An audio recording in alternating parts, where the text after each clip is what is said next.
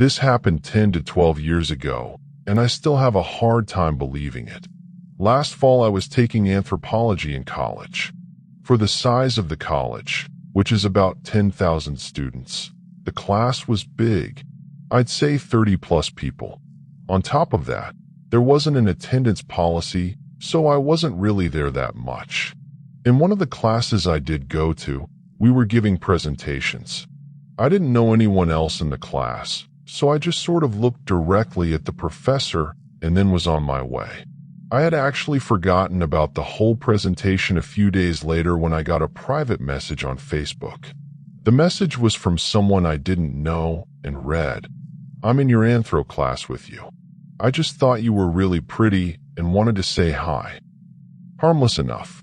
I thanked him and said I hoped he was doing well and good luck in the class. I had a boyfriend at the time, but didn't feel the need to disclose that kind of information. I thought the interaction was done with, seeing as I hardly even went to that class. Then about a week later, I got another message. "I saw you at the union today. I wanted to say hi, but got nervous." Should I have? While I was thinking of an appropriate answer, he messaged 4 more times, of varying anger. The first accused me of ignoring him. The second said that he was nice and just wanted to talk. The third said he saw me often, and the last, and one that really creeped me out, "Don't do this to me," as if I had scorned a lover. After this, I knew he had been taking this way too seriously. I had only said one word to him, online, and hadn't even seen him in person. Panicking, I called my mom, and she said to block him. First, I saved our conversations, and then I did what she asked. About a month later, on Twitter, I found another message from him. This one telling me that he was hurt that I blocked him on Facebook. I started to get really freaked out, especially since I work on campus and often walk to my car alone at night. I also knew it was possible that he knew where my house was, where I live with 2 other girls. I was really angry about feeling so unsafe. I've always been really independent and aggressive, but I'm also really petite. Even worse, when I blocked him on Facebook, I could no longer look at his profile to see what he looked like. He was essentially invisible. The next step was to call the cops, but first I warned my coworkers, telling them his name if he came by the office. Then I made sure to stay on the phone with my mom every time I walked to my car. At the time, there wasn't really a good way to block people on Twitter, so I just had to make my profile private and hope he would get the message. If not, I hoped my evidence would be enough for the police. Thankfully, it hasn't come to that point. It's been about a year since this started, and this kid totally disappeared. I don't know if he graduated or finally got the hint that he was being creepy. Whatever the case, always be aware of your surroundings, even in a class. You have no clue who you're spending that 50 minutes with. I transferred colleges between my freshman and sophomore years. I didn't know anyone at my new school, so I decided to rush a sorority just to go to some parties and meet some people. I did a lot of both and was asked to join 2 sororities. They were not the super popular ones, but I'm not a super popular girl. Short, a little chubby, geeky mouthy, you get the picture.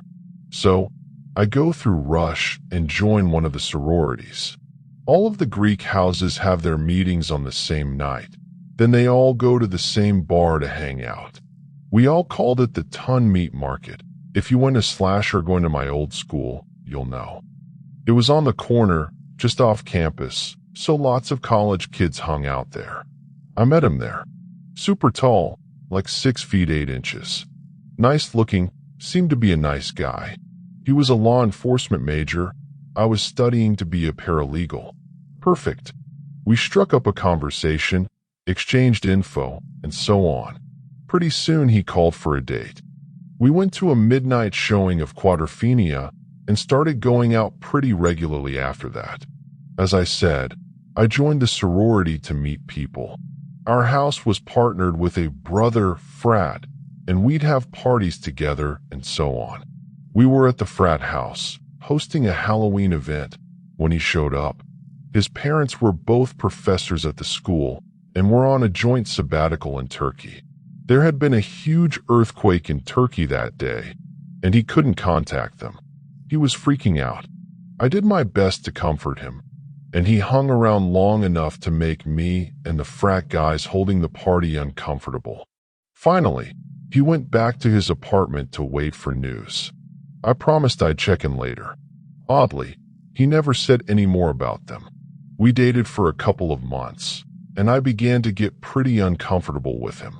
He was very possessive, very handsy, and I still wanted to experience the new school, new town, and new friends. He really didn't want me to do any of that, so I finally broke it off with him. Since I knew he went to the meat market on meeting night, I stopped going. He spotted my best friend there and literally picked her up and carried her out of the bar, demanding to know where I was.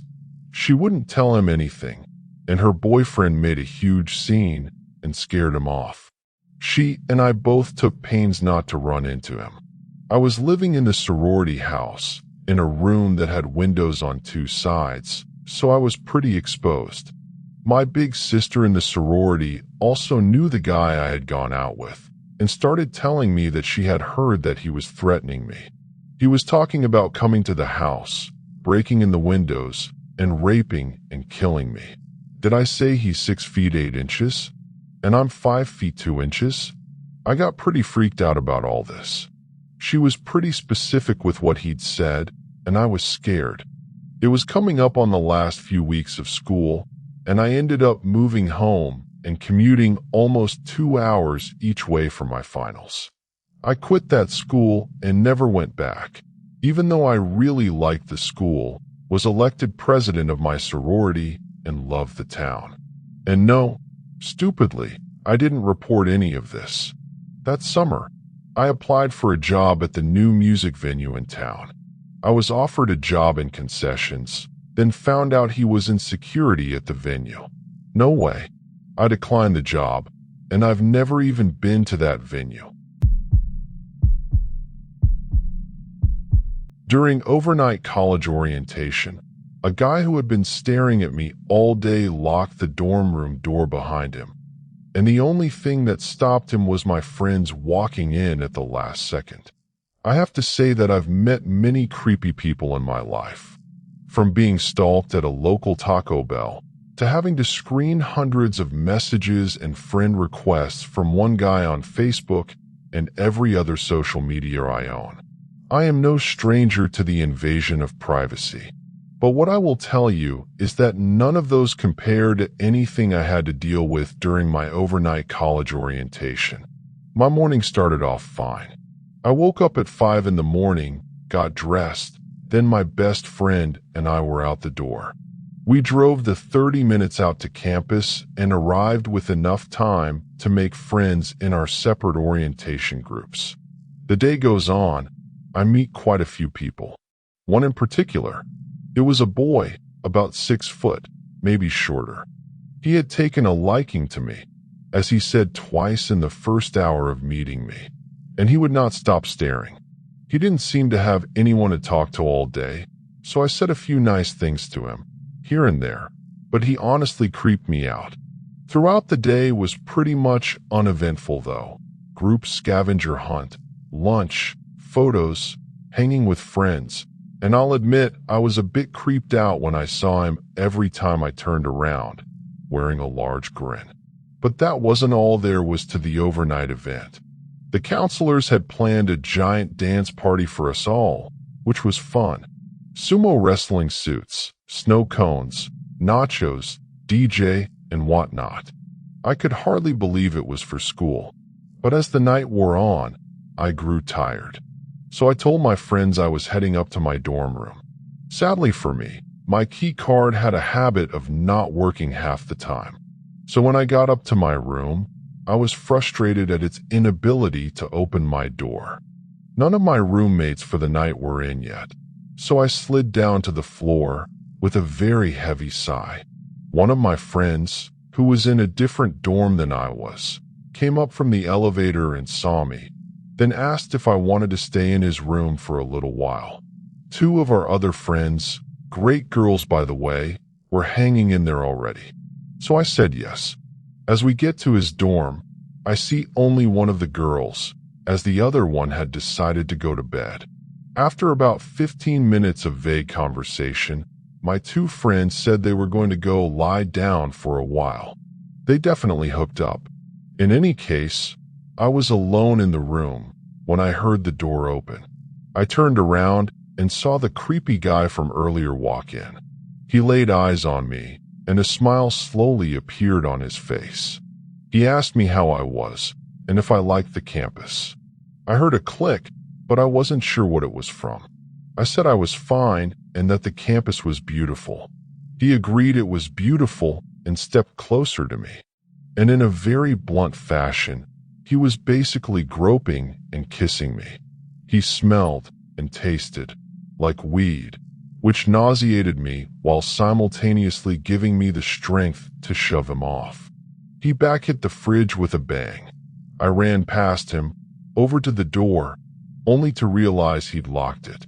It wasn't impossible to change, but gave him enough time to grab me by the waist again. I was about to let out a blood-curdling scream when I heard another door open. My two friends came running out. She grabbed me and pulled me away from him, and he shoved him farther away from me. After it was settled down, someone knocked at the front door. That someone was a counselor for the weekend. Long story short, he was denied acceptance due to his attempt at sexual assault. This happened 4 years ago. I was a sophomore in college. I typically avoided relationships, if they weren't mine or if they were, mostly because of how busy college kept me, and I am a journalism major. So I think you get the point. Aside from that, I had healthy relationships with friends and went out occasionally. My roommate, Piper, had this boyfriend she brought over every night, and only two. Yes, bang. It was boring, and I got tired of all the fucking and decided to move out. A month or two later, I moved in with my new roommate, Jenna. Piper and her boyfriend broke up, but it wasn't the average, it's not you, it's me. It was for a bigger reason, and apparently I was involved. Piper texted me at 10 p.m. and said the following: "How fucking dare you? Must you really destroy my happiness?" I texted back, "What the hell are you talking about?" And she proceeded with, "My boyfriend said he can't be with me because he had feelings for someone else. And it was you." Angry emoji. I was stunned, then responded with, "I don't know him, and you should get over it. All you two did was fuck anyway." And I left it there. When I woke up the next morning, my phone was blown up with texts. I didn't even bother checking. I just clicked my app so the notifications went away. For the next few weeks, weird events had been occurring. My jewelry being missing, and plus even a smashed photo of me and my mom on the ground one night when I got home. After that, I remember going up to Jenna and yelling at her, but she insisted that it wasn't her. The sincerity in her voice told me she wasn't lying. She had nothing to be mad at me for. No one else knew about the little spare key under the plant outside our door but Jenna and I. So someone would have to deliberately look for some sort of way to get through the door. I checked the plant, and sure enough, the key was missing. I called campus security, and the next day, they sent 2 men over to check out everything. They didn't find anything, but they said we should talk to the advisor of our building on getting our locks changed. I really didn't want to go through that, and now I regret not doing it, but the story must continue. A day or so later, someone knocked at my door, and to my surprise, it was Piper's ex-boyfriend. "Hey, Piper has been sending me all type of threats. Can you text her to chill out? She says you two still text." I responded with, "I haven't texted her in weeks. She needs to lay off. Sorry, dude. I can't help you. Call CS. No, you don't get it.